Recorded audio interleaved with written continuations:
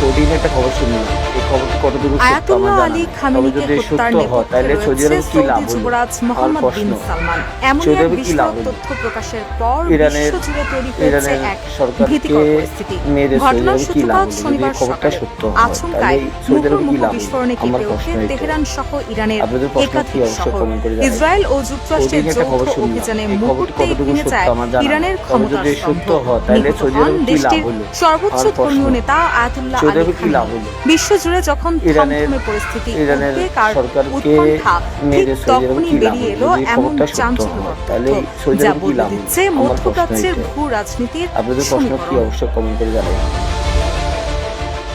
প্রভাবশালী মার্কিন সংবাদ মাধ্যম ওয়াশিংটন পোস্ট এবং বার্তা সংস্থা রয়টার্স এমনই এক চাঞ্চল্যকর প্রতিবেদন প্রকাশ করেছে।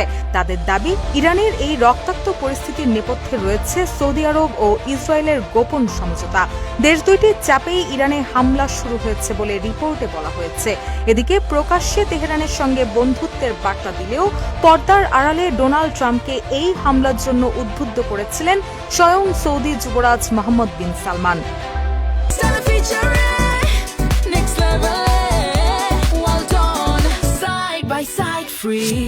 রয়টার্স বলছে, ইরানে হামলা না করার জন্য সৌদি যুবরাজ প্রকাশ্যে কূটনীতিকে সমর্থন দিতেন এবং বলতেন তেহরানে হামলা চালানোর জন্য সৌদির ভূখণ্ড ব্যবহার করা যাবে না। কিন্তু মার্কিন প্রেসিডেন্ট ডোনাল্ড ট্রাম্পের সঙ্গে কথা বলার সময় ইরানে হামলা নিয়ে ভিন্ন কথা বলতেন সৌদি যুবরাজ। তিনি ট্রাম্পকে সতর্ক করতেন, ইরানে হামলা চালাতে যুক্তরাষ্ট্র পদক্ষেপ না নিলে পরিণতি খারাপ হবে।